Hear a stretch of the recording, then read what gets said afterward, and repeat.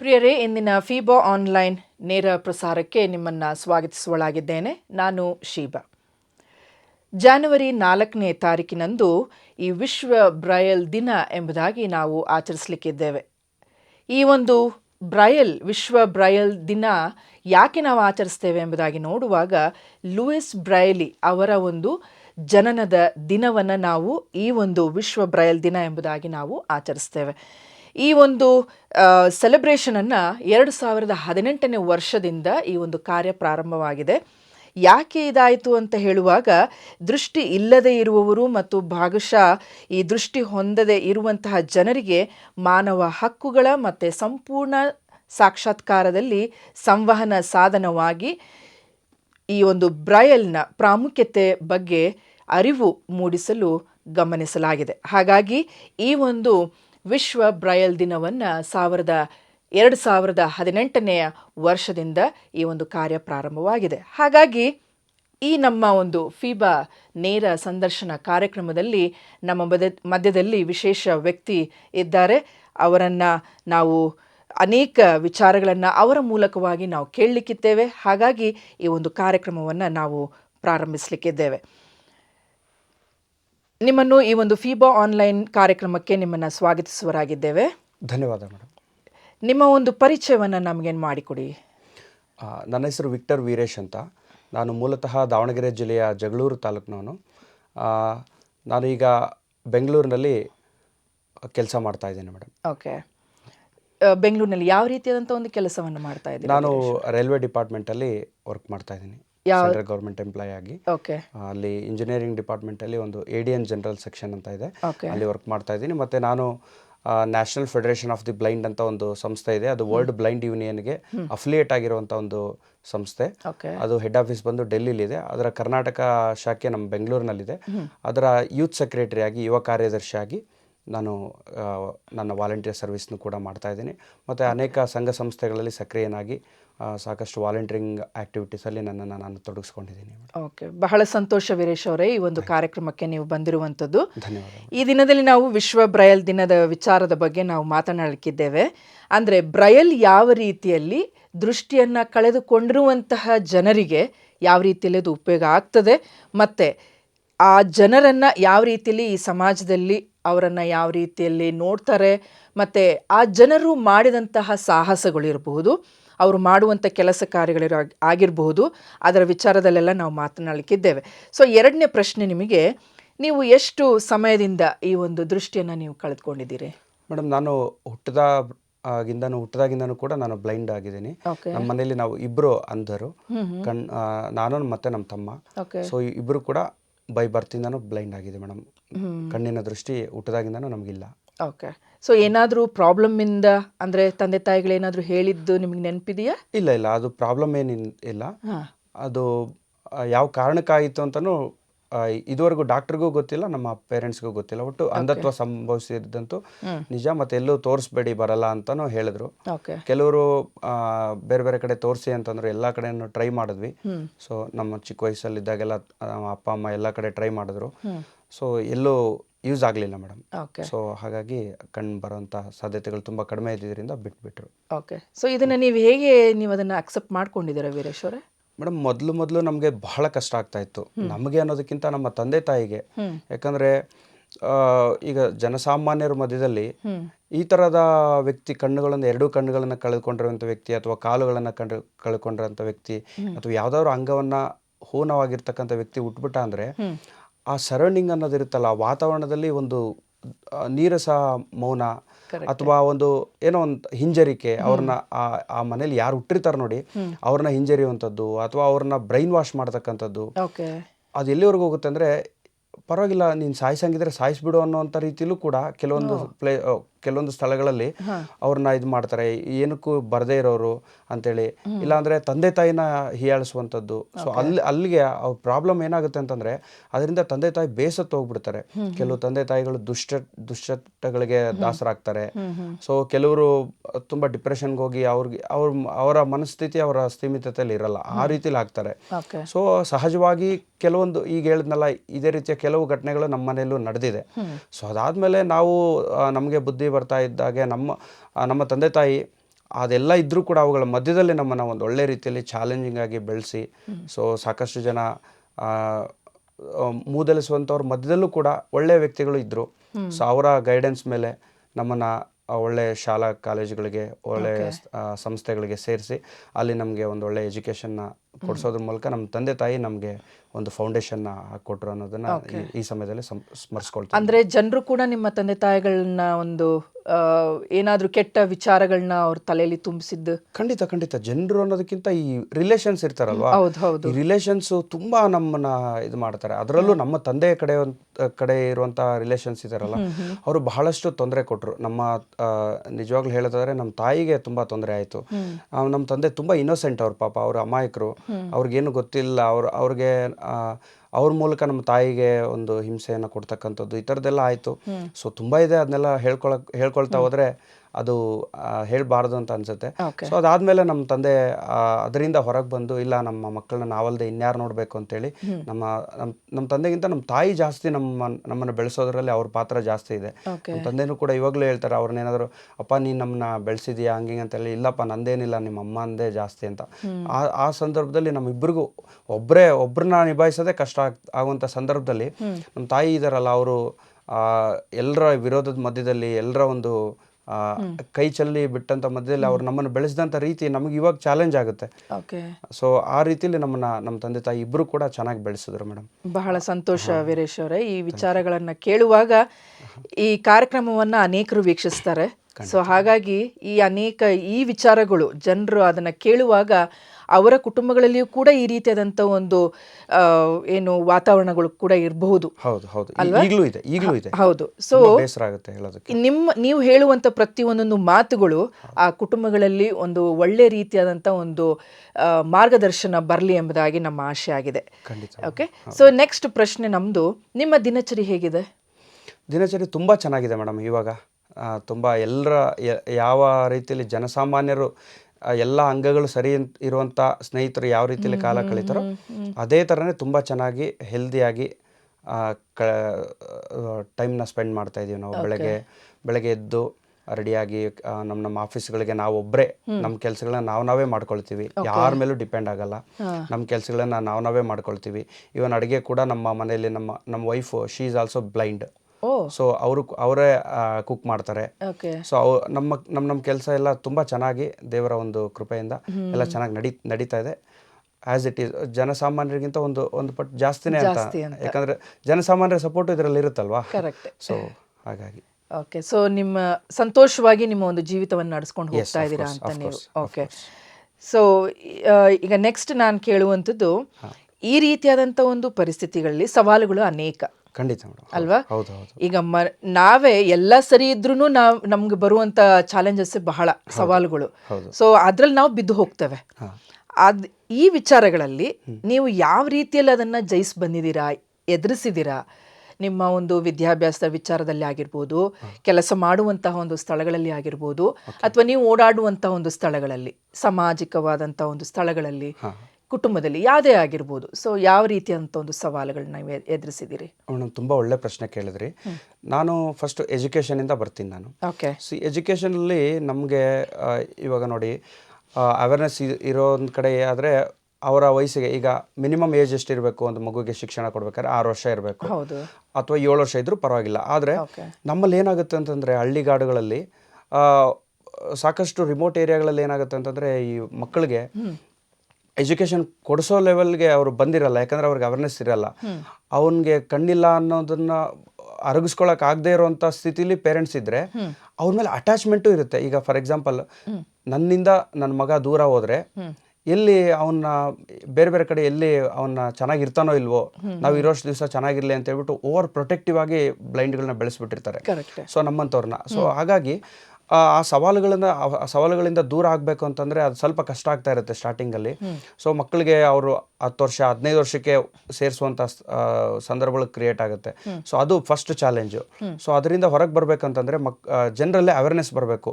ನಿಮ್ಮಲ್ಲಿ ಯಾರಾದರೂ ಈ ಒಂದು ಚಾನಲ್ನ ಇದರಲ್ಲಿ ಇಂಟರ್ವ್ಯೂನ ನೋಡ್ತಾ ಇರೋವಂಥವ್ರು ಯಾರಾದರೂ ಪರವಾಗಿಲ್ಲ, ಒಂದು ಮಗು ಏನಾದರೂ ಒಂದು ಮನೆಯಲ್ಲಿ ಕಣ್ಣಿಲ್ಲದೆ ಇರೋ ಒಂದು ಮಗು ಹುಟ್ಟಿತು ಅಂದರೆ ಫಸ್ಟ್ ಬೇಸಿಕ್ ಎಜುಕೇಷನ್ ಕೊಡೋದಕ್ಕೆ ಅರೇಂಜ್ ಮಾಡಬೇಕು ಅನ್ನೋದು ಇದು ಎಜುಕೇಷನ್ಗೆ ಸಂಬಂಧಪಟ್ಟಂಥ ಸವಾಲು ಮತ್ತು ಇದರಿಂದ ಹೊರಗಡೆ ಬರ್ತಕ್ಕಂಥ ಒಂದು ಪರ್ಯಾಯ ಮಾರ್ಗ.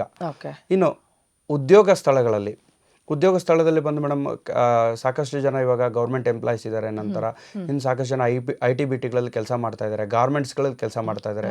ಸೊ ಇವ್ರುಗಳು ಸವಾಲು ಅಂದರೆ ಮೇಯ್ನಾಗಿ ಓಡಾಡ್ತಕ್ಕಂಥ ಸ್ಥಳಗಳಲ್ಲಿ, ಸಾರ್ವಜನಿಕ ಸ್ಥಳಗಳಲ್ಲಿ, ಮೇಯ್ನಾಗಿ ಫುಟ್ಪಾತ್ಗಳಲ್ಲಿ.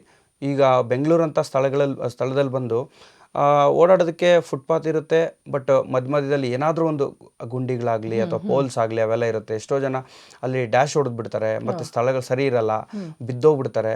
ಮತ್ತು ಕೆಲವೊಂದು ಕಡೆ ಬಂದು ಫುಟ್ಪಾತ್ ಮೇಲೆ ಗಾಡಿ ಓಡಿಸೋದ್ರಿಂದ ಎಷ್ಟೋ ಜನಕ್ಕೆ ಆಕ್ಸಿಡೆಂಟ್ ಆಗಿ ಸಾಕಷ್ಟು ಡೆತ್ತು ಆಗಿದೆ ಮೇಡಮ್. ಸೊ ಈ ಥರದ್ದೆಲ್ಲ ಆಗುತ್ತೆ.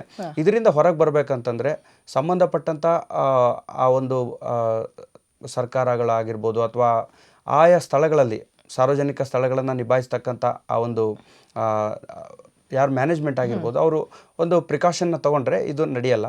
ಮತ್ತು ಇನ್ನು ಕೆಲಸ ಮಾಡ್ತಕ್ಕಂಥ ಸ್ಥಳಗಳಲ್ಲಿ ಮೇಯ್ನಾಗಿ ನಮ್ಮ ಜೊತೆಗೆ ಜನರು ಯಾವ ರೀತಿಯಲ್ಲಿ ನಡ್ಕೊಳ್ತಾರೆ ಅನ್ನೋದು.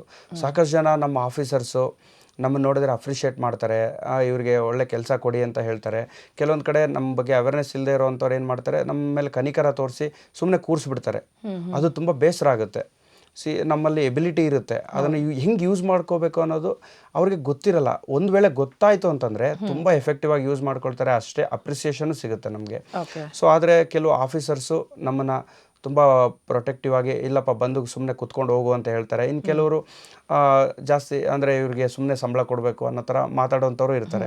ಸೊ ಇದನ್ನು ನಾವು ಚಾಲೆಂಜ್, ಈ ಒಂದು ಸವಾಲಿಂದ ಹೊರಗೆ ಬರಬೇಕು ಅಂತಂದರೆ ಜನಸಾಮಾನ್ಯರು ಯಾರು ಆಫೀಸರ್ಸ್ ಇರ್ತಾರೆ ಅಥವಾ ಜೊತೆಯಲ್ಲಿ ಎಲ್ಲವನ್ನೂ ಸರಿ ಇರುವಂಥ ಕೊಲೀಗ್ಸ್ ಯಾರು ಇರ್ತಾರೆ ಅವ್ರು ನಮ್ಮ ಜೊತೆಲಿ ಬೆರೀಬೇಕು. ಏನು ನೀವು ಏನು ಮಾಡ್ತಿದ್ದೀರಾ, ನಿಮ್ಮ ಕ್ವಾಲಿಫಿಕೇಷನ್ ಏನು, ನೀವು ಕೆಲಸ ಈಗ ಆಯಿತು ಇಷ್ಟು ಕಷ್ಟಪಟ್ಟು ಎಕ್ಸಾಮ್ ಬರೆದು ಕೆಲಸಕ್ಕೆ ಬಂದಿದ್ದೀರಲ್ಲ, ಇಲ್ಲಿ ಏನು ಮಾಡ್ತೀರಾ, ನಿಮ್ಮ ಕೈಲಿ ಈ ಥರ ಇಲ್ಲಿ ಕೆಲಸ ಇದೆ, ನಿಮ್ಮ ಕೈಲಿ ಏನಾಗುತ್ತೆ ಹೇಳಿ, ನಾವು ಕೊಡ್ತೀವಿ ಕೆಲಸನ. ಫಾರ್ ಎಕ್ಸಾಂಪಲ್ ನನಗೆ ಆ ಫೈಲ್ನ ಎತ್ಕೊಡೋವಂಥದ್ದು ಏನಾದರೂ ಇತ್ತು ಅಂತಂದರೆ ಇಂಥ ಫೈಲ್ಸ್ ಇಲ್ಲಿ ಇರುತ್ತೆ, ಇದನ್ನ ನೋಡ್ಕೊಳ್ಳಿ, ಅಥವಾ ನಿಮ್ಮ ಬ್ರೈಲ್ ಲಿಪಿ ಅಂತ ಇರುತ್ತೆ, ಆ ಬ್ರೈಲ್ ಲಿಪಿಲಿ ಬರ್ಕೊಳ್ಳಿ ಅಂತ ಹೇಳಿಬಿಟ್ಟು ಅದನ್ನು ಗೈಡ್ ಮಾಡಿದ್ರೆ ನಮಗೆ ವಿ ವಿಲ್ ಸರ್ವೈವ್ ಮೇಡಮ್. ಅಲ್ಲಿ ನಾವು ತುಂಬ ಚೆನ್ನಾಗಿ ಅವ್ರ ಜೊತೆಲಿ ಬೆರಿಬೋದು. ಇದು ಉದ್ಯೋಗ ಮಾಡ್ತಕ್ಕಂಥ ಕ್ಷೇತ್ರಗಳಲ್ಲಿ ನಾವು ಎದುರಿಸ್ತಕ್ಕಂಥ ಸವಾಲುಗಳು ಮತ್ತು ಅದರಿಂದ ಹೊರಗಡೆ ಬರುವಂಥ ಮಾರ್ಗ. ಓಕೆ, ನೀವು ಇವಾಗ ಒಂದು ಕೆಲಸ ಮಾಡುವಂಥ ಸ್ಥಳದ ವಿಚಾರದ ನೀವು ಹೇಳ್ತಾ ಇದ್ರಿ. ಈಗ ನೀವು ಕೆಲಸ ಮಾಡುವಂಥ ಒಂದು ಸ್ಥಳದಲ್ಲಿ ಅಲ್ಲಿ ಎಲ್ಲನೂ ಬ್ರೈಲ್ ಅಲ್ಲ ಅಲ್ಲ ಅಲ್ವಾ? ಸೊ ಯಾವ ರೀತಿಯಲ್ಲಿ ನೀವು ಅದನ್ನ ಆ ಫೈಲ್ ಅಲ್ಲಿಂದ ತಕೊಂಡು ಬನ್ನಿ ಅಂತ ಹೇಳ್ತಾರಲ್ವಾ? ಸೊ ನೀವು ಯಾವ ರೀತಿಯಲ್ಲಿ ನೀವು ಅದನ್ನ ಐಡೆಂಟಿಫೈ ಮಾಡ್ತೀರಿ? ಮೇಡಮ್ ಆ್ಯಕ್ಚುಲಿ ನಾನು ಕೆಲಸ ಮಾಡುವಂಥ ಸ್ಥಳದಲ್ಲಿ ಎಲ್ಲ ಒಳ್ಳೆ ಆಫೀಸರ್ ಇದ್ದಾರೆ, ಒಳ್ಳೆ ಜನ ಇದ್ದಾರೆ. ಸೊ ಹಾಗಾಗಿ ನಾನು ಅವ್ರಿಗೆ ಕೇಳಿ ನಾನು ಏನು ಮಾಡ್ತೀಯ ಅಂತ ಕೇಳಿದಾಗ ನಾನು ಇಂಥ ಕೆಲಸ ಮಾಡ್ತೀನಿ ಅಂತ ಹೇಳಿದಾಗ ಅವರು ಕೂಡ ಆಯಿತು ಮಾಡು ಅಂತ ಹೇಳಿದ್ರು. ನಾನು ಬ್ರೈಲಲ್ಲಿ ನನ್ನ ಎಲ್ಲನೂ ಫೈಲಿಗೆ, ಫಾರ್ ಎಕ್ಸಾಂಪಲ್ಲು ನಮ್ಮಲ್ಲಿ ಬಂದು ಇಂಜಿನಿಯರಿಂಗ್ ಡಿಪಾರ್ಟ್ಮೆಂಟ್ ನಾನು ಇರೋದು, ಇಂಜಿನಿಯರಿಂಗ್ ಸೆಕ್ಷನಲ್ಲಿ. ಅಲ್ಲಿ ಸ್ವಲ್ಪ ಕೆಲಸಗಳೆಲ್ಲ ಇದು ಕಾಂಟ್ರಾಕ್ಟ್ ಅವರು ಅದೆಲ್ಲ ಜಾಸ್ತಿ ಇರುತ್ತೆ, ಫೈಲ್ಸ್ ಎಲ್ಲ ಜಾಸ್ತಿ ಇರುತ್ತೆ. ಸೊ ಅದರಲ್ಲಿ ಅವರ ಹೆಸರು ಮತ್ತು ಅವ್ರದ್ದು ಡೆಸಿಗ್ನೇಷನ್, ಫೈಲ್ ನಂಬರು, ನಮ್ಮ ಸೈಟೆಡ್ಸ್ ಅಂದರೆ ನೀವು ಓದ್ತಿರಲ್ಲ ಅದಕ್ಕೆ ಸೈಟೆಡ್ ಲಿಪಿ ಅಂತ ಕರಿತೀವಿ.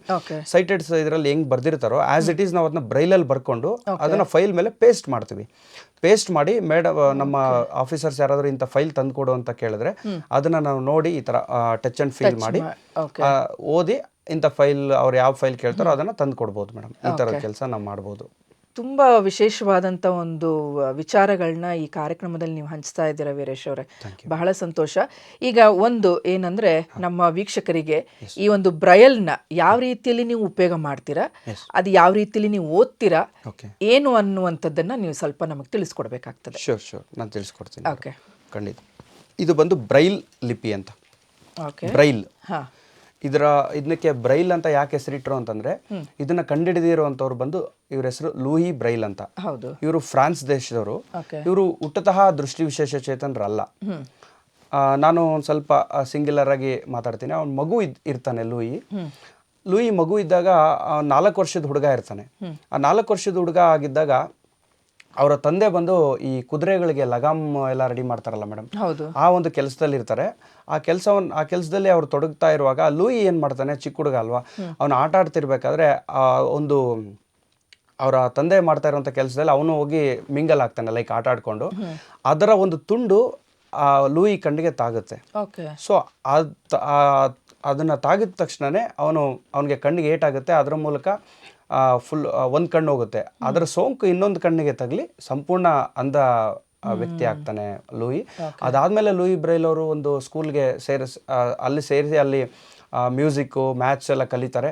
ಅದಾದಮೇಲೆ ಒಂದು ಸ್ಕೂಲಲ್ಲಿ ಟೀಚರ್ ಆಗಿ ಕೆಲಸ ಮಾಡ್ತಿರ್ಬೇಕಾದ್ರೆ ಅಲ್ಲಿ ಯೂಸ್ ಮಾಡ್ತಾ ಇದ್ದಂಥ ಸ್ಕ್ರಿಪ್ಟ್ ಅಂದರೆ ಆ ಫ್ರಾನ್ಸ್ ದೇಶದಲ್ಲಿ ಸೈನಿಕರು ಅವರ ಒಂದು ಗುಪ್ತವಾದಂಥ ಆ್ಯಕ್ಟಿವಿಟೀಸ್ಗೆ ಯೂಸ್ ಮಾಡುವಂಥ ಒಂದು 12 ಚುಕ್ಕೆಗಳ ಒಂದು ಲಿಪಿಯನ್ನು ಅವ್ರಿಗೆ ಲೂಯಿ ಅವರಿಗೆ ತಂದು ಕೊಡ್ತಾರೆ. ಅವರು ಟೀಚರ್ ಆಗಿದ್ದಂಥ ಶಾಲೆಗೆ ವಿಸಿಟ್ ಮಾಡಿದಂಥ ಸೈನಿಕರು, ಐ ಮೀನ್ ಸೈನ್ಯಾಧಿಕಾರಿಗಳು. ಸೊ ಇದು ನೋಡಿ, ಇದೇನಾದರೂ ನಿಮ್ಮ ಸಮುದಾಯಕ್ಕೆ ಏನಾದರೂ ಯೂಸ್ ಆಗುತ್ತಾ ಅಂತ ಅಂದಾಗ ಅವರು 12 ಚುಕ್ಕೆಗಳಿರ್ತಕ್ಕಂಥ ಒಂದು ಲಿಪಿಯನ್ನು 6 ಚುಕ್ಕೆಗಳಿಗೆ ತರ್ಜುಮೆಗೊಳಿಸಿ ಬ್ರೈಲ್ ಲಿಪಿನ ರೆಡಿ ಮಾಡ್ತಾರೆ. ಇವತ್ತು ಪ್ರಪಂಚದಾದ್ಯಂತ ಇರುವಂಥ ಎಲ್ಲ ದೃಷ್ಟಿವಿಶೇಷಚೇತನರು ಓದೋದಕ್ಕೆ ಅರ್ಹವಾಗಿರ್ತಕ್ಕಂಥ ಎಲ್ಲ ಭಾಷೆಗಳಲ್ಲಿ ಈ ಬ್ರೈಲ್ ಲಿಪಿಯನ್ನು ಓದೋದಕ್ಕೆ ಯೂಸ್ ಮಾಡ್ಕೊಳ್ತಾರೆ. ಒಂದು ರೀತಿಯಲ್ಲಿ ಅಕ್ಷರಸ್ಥರಾಗ್ತಾ ಇದ್ದಾರೆ. ಅನಕ್ಷರಸ್ಥರು ಅನ್ಸ್ಕೊಳ್ಳುವಂಥ ವ್ಯಕ್ತಿಗಳು ಇವತ್ತು ಅಕ್ಷರಸ್ಥರಾಗ್ತಾ ಇದ್ದಾರೆ ಅಂತಂದ್ರೆ ಕಾರಣ ಲೂಯಿ ಬ್ರೈಲ್ ಅವರು ಕಂಡುಹಿಡಿದಿರ್ತಕ್ಕಂಥ ಈ ಬ್ರೈಲ್ ಲಿಪಿ ಮೇಡಮ್. ಓಕೆ, ಅದೇನದು 12 ಚುಕ್ಕೆ 6 ಚುಕ್ಕೆ, ನೀವು ಆ ಚುಕ್ಕೆಯಿಂದನೇ ನೀವು ಅಕ್ಷರಗಳನ್ನ? ಎಸ್ ಮೇಡಮ್, ಇದು 12 ಚುಕ್ಕೆ ಅಂತಂದ್ರೆ ಇದು ಈಗ 6 ಚುಕ್ಕೆ ಆಗಿದೆ. ಅವಾಗ 12 ಚುಕ್ಕೆಗಳಿರುವಂಥ ಒಂದು ಒಂದು ಒಂದು ಐಟಮ್ನ ಅವ್ರ ಕೈಗೆ ಕೊಡ್ತಾರೆ. ಅವರು ಇದನ್ನ ಆವಿಷ್ಕಾರ ಮಾಡಿ ಇದರಿಂದ ಏನಾದರೂ ನಿಮ್ಮ ಕಮ್ಯುನಿಟಿಗೆ ಯೂಸ್ ಆಗುತ್ತಾ ನೋಡಿ ಅಂತ ಅದನ್ನ ಕೊಟ್ಟಾಗ ಆ 12 ಚುಕ್ಕೆಗಳು ಇರುವಂತ ಒಂದು ಇದನ್ನ 6 ಚುಕ್ಕೆಗಳಿಗೆ ತರ್ಜುಮೆಗೊಳಿಸಿ ಅದನ್ನ ಒಂದು ಲಿಪಿಯಾಗಿ ತಯಾರು ಮಾಡ್ತಾರೆ ಲೂಯಿ ಬ್ರೈಲ್ ಅವರು. ಸೊ ಓಕೆ, ಇವಾಗ ಒಂದು ಅಕ್ಷರ, ಇವಾಗ ನೀವು ಯಾವ್ದನ್ನ ಓದ್ತಾ ಇದ್ದೀರಾ ಅಂತ ಹೇಳಿ, ಮೊದಲನೇ ಅಕ್ಷರ ಅದು ಎಷ್ಟು ಚುಕ್ಕೆ ಇದೆ ಅಂತ ಏನಾದ್ರು ನಿಮಗೆ ಅದು? ಎಸ್ ಮೇಡಮ್, ಈಗ ಒಂದೊಂದು ಅಕ್ಷರಕ್ಕೂ ಒಂದೊಂದು ನಿಮ್ಮ ಇದರಲ್ಲಿ ನೀವು ಹೆಂಗೆ ಆ ಇ ಅಥವಾ ABCD ಹೆಂಗ್ ಬರೀತಿರೋ ಅದೇ ತರನೇ ನಾವು ಬರಿತೀವಿ. ಅದಕ್ಕೂ ಮುಂಚೆ ಏನಾಗುತ್ತೆ ಅಂತಂದ್ರೆ, ಈಗ ಫಾರ್ ಎಕ್ಸಾಂಪಲ್ ಆ ಇ ಅಂತಂದ್ರೆ ಇದು ನೋಡಿ ಅಧ್ಯಾಯ ಅಂತ ಇದೆ, ಅಧ್ಯಾಯ ಅಂತ ಇದೆಯಲ್ವಾ, ಇದು ಬಂದ್ಬಿಟ್ಟು ಅದಕ್ಕಿಂತ ಮುಂಚೆ ನಾನು ನಮ್ಮ ಬ್ರೈಲ್ ಲಿಪಿದ 6 ಚುಕ್ಕೆದು ಹೇಳ್ಬಿಡ್ತೀನಿ ನಿಮ್ಗೆ. ನಾವು ಬರೆಯುವಾಗ ರೈಟ್ ಇಂದ ಲೆಫ್ಟ್ಗೆ ಬರಿತೀವಿ. ಹೌದು. ರೈಟ್ ಅಲ್ಲಿ ಬಂದು 1 2 3 4 5 6 ಅಂತ ಇರುತ್ತೆ. ಸಾರಿ, 1 2 3 ಬಂದು ರೈಟ್ ಇರುತ್ತೆ, ಲೆಫ್ಟ್ ಅಲ್ಲಿ 4 5 6 ಅಂತ ಇರುತ್ತೆ. ಸೊ ಈ 1 2 3 ಅಂತ ಇರುತ್ತಲ್ವಾ, ಅದು 1 ಬಂದು ಫಸ್ಟ್ನೇ ಲೆಫ್ಟ್ ಅಲ್ಲಿ ಇರುವಂತದ್ದು. ಎಸ್, ಅಲ್ಲ, ರೈಟ್ ಅಲ್ಲಿ ಇರುವಂತದ್ದು. ನಾನು ಬರೆಯೋದನ್ನ ಫಸ್ಟ್ ಹೆಂಗ್ ಬರಿತೀವಿ ಅಂತ ಹೇಳಿದ್ನಲ್ವಾ, ಅದನ್ನ ಎಕ್ಸ್ಪ್ಲೈನ್ ಮಾಡ್ತೀನಿ ನಿಮ್ಗೆ. ಅದು ಬರ್ದಾದ್ಮೇಲೆ ಏನಾಗುತ್ತೆ, ಅದು ಕೆಳಗಡೆ ಬರುತ್ತೆ. ಈಗ ಫಾರ್ ಎಕ್ಸಾಂಪಲ್ ನಾನು ಇಲ್ಲಿಂದ ಹಿಂಗ್ ಬರ್ಕೊಂಡು ಹೋದೆ ಅಂತಂದ್ರೆ ಆ ಚುಕ್ಕೆಗಳು ಕೆಳಗಡೆ ಮೂಡುತ್ತೆ. ಸೊ ಅದನ್ನ ನಾವು ಇಟ್ಕೊಂಡು ಓದ್ಬೇಕಾದ್ರೆ ಲೆಫ್ಟ್ ಇಂದ ರೈಟ್ ಓದ್ತೀವಿ. ಸರಿ. ಸೊ ಈಗ ಬಂದು ಲೆಫ್ಟ್ ಬಂತು. ಸೊ ಬಂದು ಒಂದು, ಈಗ ಫಾರ್ ಎಕ್ಸಾಂಪಲ್ ಐ ಅಂತ ನೀವ್ ಹೆಂಗ್ ಹೇಳ್ತೀರಾ, ನಾವು ಅದಕ್ಕೆ ಕೋಡ್ ಇರುತ್ತೆ, ಒಂದೊಂದಕ್ಕೆ ಒಂದೊಂದು ಆಲ್ಫಾಬೆಟ್ಗೆ ಒಂದೊಂದು ಇದು ಇರುತ್ತೆ. ಈಗ ಒಂದು ಮತ್ತೆ ಎರಡನೇ ಬಂದು 3 4 5, ಫಸ್ಟ್ನೇ ಇ 2 4, ಎರಡನೇ ಇ 3 5, ಈ ಥರನೇ A1 B1 2 C1 4 D1 4 5, ಈ ಥರ A to Z ಅದನ್ನು ಅಷ್ಟೇ, ಆದಿಂದ ಅಳವರೆಗೂ ಅದೇ ಥರನೇ ಒಂದೊಂದು ಇದಕ್ಕೆ ಒಂದೊಂದು ಕೋಡ್ ಇರುತ್ತೆ. ಅದನ್ನ ಗಟ್ ಮಾಡ್ತೀವಿ. ಫಸ್ಟ್ ಗಟ್ ಮಾಡಾದ್ಮೇಲೆ ನಮ್ಮ ಕೈಗೆ ಸ್ಲೇಟ್ ಕೊಡ್ತಾರೆ. ನಾನು ಹೇಳಿದ್ನೆಲ್ಲ ಬರೆಯೋದು ರೈಟಿಂಗ್ ಪ್ಯಾಡ್, ಅದಕ್ಕೆ ಇಂಟರ್ ಪಾಯಿಂಟ್ ಸ್ಲೇಟ್ ಅಂತ ಹೇಳ್ತಾರೆ. ಆ ಇಂಟರ್ ಪಾಯಿಂಟ್ ಸ್ಲೇಟ್ನ ನಮ್ಮ ಕೈಗೆ ಕೊಡ್ತಾರೆ. ಸೊ ಅದರಲ್ಲಿ ಬರೆಯೋದನ್ನ ಕಲಿಸ್ತಾರೆ. ಆಮೇಲೆ ಓದೋದು ಬರೆಯೋದೆಲ್ಲ ಅದೇ ಥರನೇ ನಾವು ಈ ಬ್ರೈಲ್ ಲಿಪಿ ಮೂಲಕನೇ ನಾವು ಮಾಡ್ತೀವಿ. ಸೊ ಈಗ ಏನಾದರೂ ಸ್ವಲ್ಪ ಓದ್ಬೋದಾ ನೀವು? ಖಂಡಿತ. ನಾನು ಇವಾಗ ಯಾವ್ದನ್ನ ಓದ್ತಾ ಇದ್ದೀರಾ ಅಂತ ಹೇಳಿ. ನನ್ನ ಕೈಲಿ ಒಂದು ಬೈಬಲ್ ಇದೆ, ಬ್ರೈಲ್ ಬೈಬಲ್. ಇದು ಬಂದು ಜ್ಞಾನೋಕ್ತಿ ಪುಸ್ತಕ ಅಂತ. ಸೊ ಆ ಪುಸ್ತಕದಲ್ಲಿರುವಂಥದ್ದನ್ನ 3ನೇ ಅಧ್ಯಾಯವನ್ನು ಓದ್ತಾ ಇದ್ದೀನಿ. ನನಗೆ ಇದು ತುಂಬಾ ಇಷ್ಟವಾದಂಥ ಅಧ್ಯಾಯ. ಸೊ ಹಾಗಾಗಿ ಇದನ್ನ ಓದ್ತಾ ಇದ್ದೀನಿ. ಅಧ್ಯಾಯ 1. ಒಂದೆರಡು ಲೈನ್ ನಮಗೆ ಓದಿ ತೋರಿಸಿ. ಶೋರ್ ನಾನು ಓದ್ತೀನಿ. ಕಂದ, ನನ್ನ ಉಪದೇಶಗಳನ್ನು ಮರೆಯಬೇಡ, ನನ್ನ ಆಜ್ಞೆಗಳನ್ನು ಮನಪೂರ್ವಕವಾಗಿ ನಡೆಸು. ಅವು ನಿನ್ನ ದಿನಗಳನ್ನು ಹೆಚ್ಚಿಸಿ ನಿನ್ನ ಆಯುಷ್ಯವನ್ನು ವೃದ್ಧಿಗೊಳಿಸಿ ನಿನಗೆ ಸುರಕ್ಷೆ ಮಾರ್ಗವನ್ನು ಉಂಟು ಮಾಡುವುದು. ಸೊ ಈ ಥರ ನಮ್ಮ ಬ್ರೈಲ್ ಲಿಪಿ ಇರುತ್ತೆ ಮೇಡಮ್. ತುಂಬಾನೇ ಅದು ನಮ್ಮ ಜ್ಞಾನಕ್ಕೆ ನಿಲುಕದೇ ಇರುವಂಥ ಒಂದು ವಿಚಾರ ಇದು. ಏಕೆಂದರೆ ನಮಗೆ ಇರೋವಂಥ ಒಂದು ಲಿಪಿನೇ ನೋಡಿ ನಾವು ಓದಲಿಕ್ಕೆ ಬಹಳ ಕಷ್ಟ. ಆದರೆ ಈ ರೀತಿಯಾದಂಥ ಚುಕ್ಕೆಗಳನ್ನ ನೀವು ಇಟ್ಕೊಂಡು ವಿಶೇಷವಾದ ರೀತಿಯಲ್ಲಿ ನೀವು ಇದನ್ನ ದೇವ್ರು ನಿಜವಾಗ್ಲೂ ಒಂದು ದೊಡ್ಡ ಜ್ಞಾನವನ್ನೇ ಕೊಟ್ಟಿದ್ದಾನೆ ಅಲ್ವಾ? Yes madam, god gift. ಮತ್ತೆ ನಿಜವಾಗ್ಲೂ ನಮ್ಮ ಲೂಯಿ ಬ್ರೈಲ್ ಅವ್ರಿಗೆ ದೇವರು ಒಳ್ಳೆ ಒಂದು ಆಲೋಚನೆಯನ್ನ ಕೊಟ್ಟಿದ್ದಾರೆ. ಕರೆಕ್ಟ್. ಅವರು ಫ್ರಾನ್ಸ್ ದೇಶದವರು. ಅವರು ತುಂಬಾ ಕಷ್ಟಪಟ್ಟು ಈ ಒಂದು ಲಿಪಿನ ಆವಿಷ್ಕಾರ ಮಾಡಿದ್ರು. ಬಟ್ ಒಂದು ದುರಂತ ಏನಂತಂದ್ರೆ, ಇದು ಲೋಕಕ್ಕೆ ಪ್ರಚಾರ ಆಗೋ ಹೊತ್ತಿನಲ್ಲಿ ಲೂಯಿ ಬ್ರೈಲ್ ಅವರು ಇರಲಿಲ್ಲ ಈ ಒಂದು ಸಂಭ್ರಮವನ್ನ ಅವರು ಅನುಭವಿಸೋದಕ್ಕೆ. ಓಕೆ. ಸೊ ಈ ಒಂದು ಲಿಪಿ, ಈ ಬ್ರೈಲ್ ಲಿಪಿನಲ್ಲಿ ಎಲ್ಲಿವರೆಗೂ ನೀವು ಓದ್ಲಿಕ್ಕೆ ಸಾಧ್ಯತೆ ಇದೆ? ಅದು ಎಲ್ಲಿವರೆಗೂ ಓದ್ಬೋದು, ಅಲ್ಲಿವರೆಗೂ ಓದ್ಬೋದು? ಹೌದೌದು, ಖಂಡಿತ ಖಂಡಿತ. ಇದು ಬಂದು ಮೇಡಮ್, ಈಗ ಅದೇ ನಾನು ಹೇಳ್ತೀನಲ್ಲ, ಕಣ್ಣಿರುವಂತವ್ರು ಯಾವ ರೀತಿಲಿ ನೀವು ಕಣ್ಣಿನ ಮೂಲಕ ಓದ್ತಿರೋ ಅದೇ ತರ ನಾವು ಇದನ್ನ ಕೊನೆವರೆಗೂ. Yes yes yes. Okay. So education ಎಲ್ಲಿವರೆಗೂ ಮಾಡಿದ್ದಾರೆ? ಈ ರೀತಿಯಾದಂಥ ದೃಷ್ಟಿಯನ್ನು ಕಳೆದುಕೊಂಡಿರುವಂತಹ ವ್ಯಕ್ತಿಗಳು, ನಿಮಗೆ ಗೊತ್ತಿರುವಂತಹ ವ್ಯಕ್ತಿಗಳು, ಅಂದ್ರೆ ನಿಮಗೆ ಬಹಳ ಹತ್ತಿರವಾಗಿರುವಂಥವರಾಗಿರ್ಬೋದು, ಅಥವಾ ಸಮಾಜದಲ್ಲಿ ಮೇಡಮ್ ಸಾಕಷ್ಟು ಉನ್ನತವಾದಂಥ ಎಜುಕೇಶನ್ ಮಾಡ್ಕೊಂಡಿದ್ದಾರೆ. ಈಗ ಪಿ ಎಚ್ ಡಿ ಹೋಲ್ಡರ್ಸ್ ಇದ್ದಾರೆ, ಲಾ ಮಾಡಿದ್ದಾರೆ, ಸೊ IAS ಆಫೀಸರ್ಸ್ ಆಗಿದ್ದಾರೆ.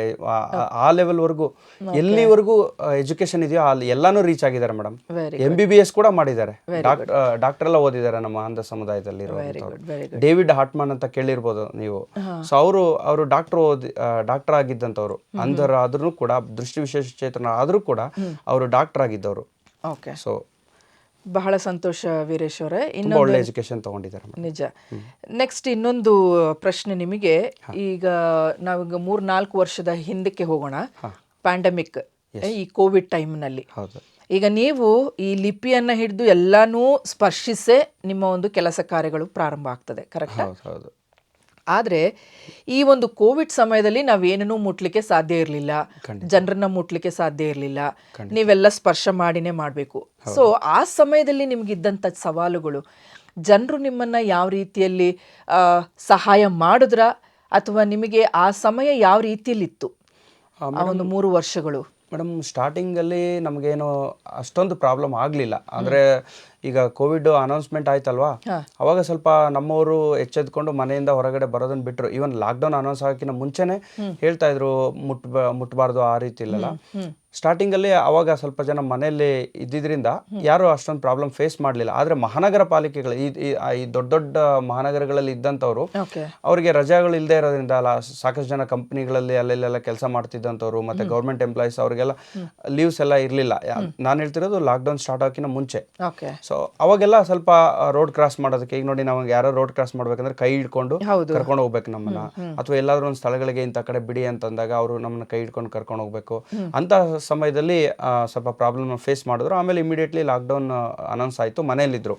ಮನೆಯಲ್ಲಿದ್ದಾಗ ನಾವು ಬರೀ ಈಗ ನಾವು ಸ್ಪರ್ಶ ಜ್ಞಾನದಿಂದ ನಮ್ಗೆ ಮೇಯ್ನ್ ಆಗಿ ಕೆಲಸ ಮಾಡುವಂಥದ್ದು ಸ್ಮೆಲ್ ಮತ್ತೆ ಟಚ್ ಅಂಡ್ ಫೀಲ್.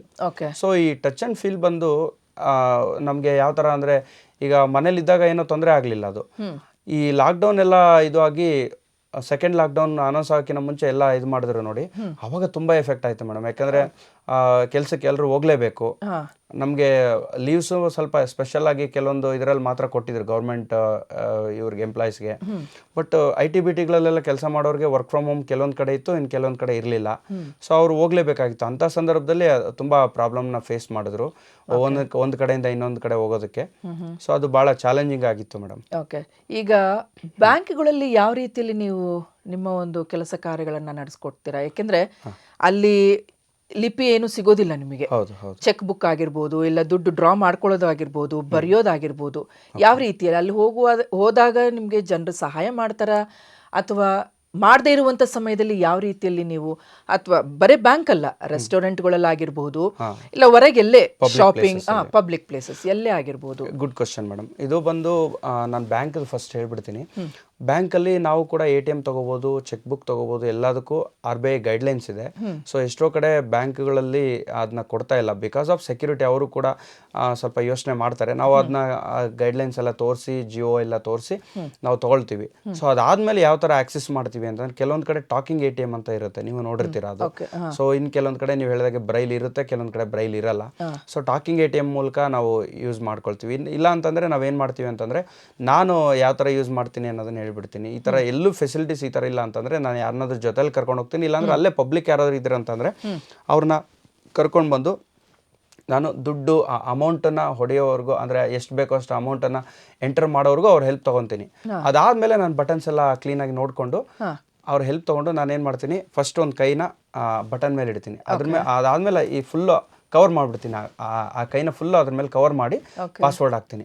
ಅದಾದಮೇಲೆ ನಾನು ಸೌಂಡ್ ಬರ್ತಿರ್ಬೇಕಾದ್ರೆ ದುಡ್ಡು ಎಲ್ಲಿ ಬರುತ್ತೆ ಅಂತ ನೋಡ್ಕೊಂಡಿರ್ತೀವಲ್ಲ ಫಸ್ಟು, ಅಲ್ಲಿ ಕೈ ಇಟ್ಬಿಡ್ತೀನಿ. ಬಂದ ತಕ್ಷಣ ಟಕ್ ಅಂತ ಅಮೌಂಟ್ ತೊಗೊಂಡು ಜೇಬಲ್ಲಿ ಇಟ್ಕೊಳ್ಳೋದು. ಆ ಥರ. ಮತ್ತು ಈಗ ರೆಸ್ಟೋರೆಂಟ್ಸು ಅದೆಲ್ಲ ಹೇಳಿದ್ರಲ್ಲ, ತುಂಬ ಚಾಲೆಂಜಿಂಗ್ ಆಗಿರುತ್ತೆ ಮೇಡಮ್. ಯಾಕಂದರೆ ಕೆಲವೊಂದು ಕಡೆ ನಮ್ಮ ಜೊತೆಲಿ ಬಿಹೇವ್ ಮಾಡೋವಂಥ ರೀತಿ ಇರುತ್ತಲ್ವ, ಅವ್ರು ಫಸ್ಟ್ ಸ್ಟಾರ್ಟಿಂಗ್ ನಾನು ಎರಡೇ ಮಾತಲ್ಲಿ ಹೇಳ್ಬಿಡ್ತೀನಿ, ನಾವು ಅದರಿಂದ ಹೆಂಗೆ ಯಾವ ಥರ ಚಾಲೆಂಜ್ ಫೇಸ್ ಮಾಡ್ತೀವಿ, ಅದರಿಂದ ಹೆಂಗೆ ಹೊರಗೆ ಬರ್ತೀವಿ ಅಂತ. ನಾವು ಸ್ಟಾರ್ಟಿಂಗ್ ಹೋಗ್ಬೇಕಾದ್ರೆ ನಮ್ಮನ್ನು ಕೂರ್ಸೋಕ್ಕೂ ನಮ್ಗೆ ಯಾರೂ ಇರಲ್ಲ. ಆದರೆ ನಾವು ಅಮೌಂಟ್ ಎಲ್ಲ ಪೇ ಮಾಡಿ ಹೊರಗಡೆ ಬರ್ತಿರ್ಬೇಕಾದ್ರೆ ಕ್ಯಾಶಿಯರ್ ಸಮೇತ ಎದ್ದು ಬಂದು ನೀವು ಎಲ್ಲಿಗೆ ಹೋಗ್ಬೇಕು ಅಂತ ಕೇಳಿ ನಮ್ಮನ್ನು ಕ್ಲೀನಾಗಿ ಒಂದು ಒಳ್ಳೆ ರೆಸ್ಪೆಕ್ಟ್ ಕೊಟ್ಟು ಆಚೆ ಕಳಿಸ್ತಾರೆ. ಆ ಥರ ನಮ್ಮ ಬಿಹೇವಿಯರ್. ಅಂದರೆ ನಾವು ಗೂಗಲ್ ಪೇಯಲ್ಲಿ ಅಮೌಂಟ್ ಪೇ ಮಾಡೋದು ನೋಡ್ತಾರೆ ಅವರು, ATM ಸ್ವೈಪ್ ಮಾಡಿ ಕಾರ್ಡ್ ಎಲ್ಲ ಸ್ವೈಪ್ ಮಾಡೋದು ನೋಡ್ತಾರೆ. ಸ್ಟಾರ್ಟಿಂಗಲ್ಲಿ ನಮಗೆ ಏನು ಬೇಕು ಅಂತ ಕೇಳೋವರೆಗೂ ನಮಗೆ ಮೆನು ಇವ್ರು ಏನಪ್ಪ ದುಡ್ಡು ಕೊಡ್ತಾರೋ ಇಲ್ವೋ ಆ ಥರ ಎಲ್ಲ ಬಿಹೇವಿಯರ್ ಇರುತ್ತೆ ಅವ್ರದ್ದು. ಆಮೇಲೆ ನಾವು ಏನೇನು ಕೇಳ್ತೀವಿ ಎಲ್ಲನೂ ತಂದು ಕೊಡಬೇಕೋ ತಂದು ಕೊಡಬಾರ್ದು ಅನ್ನೋ ರೀತಿಲೆಲ್ಲ ಇದು ಮಾಡ್ತಾರೆ. ಆಮೇಲೆ ನಮ್ಮ ಹತ್ರ ಎಲ್ಲ ಅವರು ನಮ್ಮ ಬಿಹೇವಿಯರ್ ಎಲ್ಲ ನೋಡ್ತಾರಲ್ವ, ಅವಾಗ ತುಂಬ ರೆಸ್ಪೆಕ್ಟ್ ಕೊಡ್ತಾರೆ. ಇನ್ನು ಕೆಲವೊಂದು ಕಡೆ ನಾನು ಮೊನ್ನೆ ನ್ಯೂಸಲ್ಲಿ ಕೇಳಿದ ಪ್ರಕಾರ ಈ ಎಂಪೈರ್ ಹೋಟೆಲೆಲ್ಲ ಬ್ರೈಲಲ್ಲಿ ಮೆನು ರೆಡಿ ಮಾಡ್ತಿದ್ದಾರೆ ಅನ್ನೋದು ಕೇಳಿ ನಂಗೆ ಭಾಳ ಖುಷಿ ಆಯಿತು. ಈಗ ಫಾರ್ ಎಕ್ಸಾಂಪಲ್ ಕಣ್ ಕಾಣೋಂಥವ್ರಿಗೆ ಏನು ಮೆನುವಲ್ಲಿ ಏನೇನು ಇರುತ್ತೆ ಅನ್ನೋದನ್ನು ಹೆಂಗೆ ಇದು ಮಾಡ್ತಾರೋ ಅದೇ ಥರನೇ ಈ ಎಂಪೈರ್ ಅವರು ಅದನ್ನು ಸ್ಟಾರ್ಟ್ ಮಾಡಿದ್ದಾರೆ ಅನ್ನೋದು ಭಾಳ ಖುಷಿ ಆಯಿತು. ಅದೇ ಥರ ರೆಸ್ಟೋರೆಂಟ್ಗಳಲ್ಲಿ, ಬೇರೆ ಬೇರೆ ಪಬ್ಲಿಕ್ ಪ್ಲೇಸಸಲ್ಲಿ ಇದೇ ಥರನೇ ಎಲ್ಲ ಇದ್ದರೆ, ಆಕ್ಸೆಸಿಬಲ್ ಆಗಿದ್ದರೆ ನಾವು ಕೂಡ ಒಬ್ಬೊಬ್ಬರೇ ಎಲ್ಲ ಕಡೆನೂ ಓಡಾಡ್ಬೋದು. ಇಷ್ಟೊತ್ತು ನಾವು ರೆಸ್ಟೋರೆಂಟ್ ಬಗ್ಗೆ ಕೇಳಿದ್ವಿ ಅಲ್ವಾ? ಹೌದು. ನಾವು ರೆಸ್ಟೋರೆಂಟ್ ಬಗ್ಗೆ ನೀವು ಹೇಳಿದ್ರಿ, ಎಜುಕೇಷನ್ ಬಗ್ಗೆ, ಕೆಲಸ ಮಾಡುವಂಥ ಸ್ಥಳಗಳ ಬಗ್ಗೆ ನೀವು ಬಹಳ ವಿಶೇಷವಾದ ರೀತಿಯಲ್ಲಿ ನಮಗೆ ಮಾಹಿತಿಯನ್ನು ಕೊಟ್ಟಿದ್ದೀರಿ. ಮೆಟ್ರೋಗಳಲ್ಲೂ ಮೇಡಮ್ ಇವಾಗ ಟಾಕ್ ಟೈಲ್ಸ್ ಅಂತ ಒಂದು ಸ್ಪೆಷಲ್ ಆಗಿ ಇದು ಮಾಡಿದ್ದಾರೆ, ಆವಿಷ್ಕಾರ ಮಾಡಿದ್ದಾರೆ. ಆ ಥರದ್ದು ಎಲ್ಲ ಕಡೆ ಬಂದರೆ ಬೆಟರ್. ಈಗ ಫಾರ್ ಎಕ್ಸಾಂಪಲ್ ನಾನು ಲಿಫ್ಟಿಂದ ಇಳಿದು ಪ್ಲಾಟ್ಫಾರ್ಮ್ಗೆ ಹೋಗ್ಬೇಕಂದ್ರೆ ನನ್ನ ಕಾಲಿಗೆ ಒಂದು ಫೀಲ್ ಆಗುತ್ತೆ. ಸೊ ಅದನ್ನು ಯೂಸ್ ಮಾಡ್ಕೊಂಡು ನಾನು ಆರಾಮಾಗಿ ನನ್ನ ಪ್ಲಾಟ್ಫಾರ್ಮ್ಗೆ ಯಾವುದೇ ಸಹಾಯ ಇಲ್ಲದೇನೆ ಹೋಗ್ಬೋದು, ಮೆಟ್ರೋ ಇದು ಮಾಡ್ಬೋದು. ಆ ಥರ ಎಲ್ಲ ಪ್ಲೇಸ್ಗಳಲ್ಲೂ ಇದ್ರೆ. ಮತ್ತು ಈ ರ್ಯಾಂಪ್ಗಳು ಈಗ ನಿಮ್ಮ ಬಿಲ್ಡಿಂಗ್ನ ಬರಬೇಕಾದ್ರೆ ನಾನು ನೋಡಿದೆ, ತುಂಬ ಖುಷಿ ಆಯ್ತು ನನಗೆ, ತುಂಬ ಆಕ್ಸೆಸಿಬಲ್ ಆಗಿತ್ತು. ಸೊ ಸ್ಟೆಪ್ಸ್ ಹತ್ತಕ್ಕೆ ಆಗದೆ ಇದ್ರು ಆ ರ್ಯಾಂಪ್ ಮೂಲಕ, ಆ ರ್ಯಾಂಪಲ್ಲೂ ಕೂಡ ಟಾಕ್ ಟೈಲ್ಸ್ ಅಂತ ಯೂಸ್ ಮಾಡ್ತಾರೆ. ಆ ಟೈಲ್ಸ್ ಮೂಲಕ ನಮಗೆ ಈಗ ನಾವು ಕೈಯಲ್ಲಿ ಯಾವ ಥರ ಬೆರಳಿಗೆ ಸ್ಪರ್ಶ ಆಗುತ್ತೆ ಅದು ಕಾಲಿಗೆ ಸ್ಪರ್ಶ ಆಗುತ್ತೆ.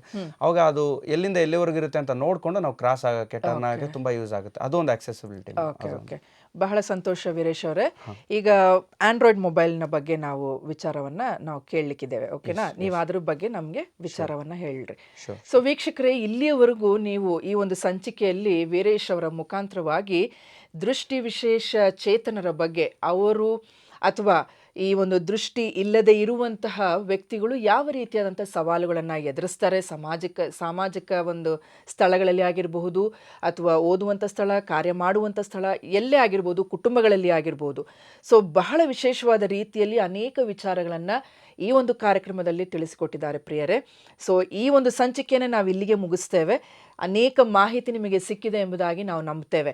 ಈ ಮುಂದಿನ ಒಂದು ಸಂಚಿಕೆಯಲ್ಲಿ ನಾವು ಈ ಒಂದು ಆಂಡ್ರಾಯ್ಡ್ ಮೊಬೈಲನ್ನು ಯಾವ ರೀತಿಯಲ್ಲಿ ಅದನ್ನು ಬಳಕೆ ಮಾಡಬಹುದು, ಅವರು ಯಾವ ರೀತಿಯಲ್ಲಿ ಅದನ್ನು ಬಳಕೆ ಮಾಡ್ತಾರೆ, ಅದರಿಂದ ಯಾವ ರೀತಿಯಲ್ಲಿ ಉಪಯೋಗ ಇದೆ ಅನ್ನುವಂತಹ ಇನ್ನೂ ಅನೇಕ ವಿಚಾರಗಳನ್ನು ನಾವು ಕೇಳಲಿಕ್ಕಿದ್ದೇವೆ.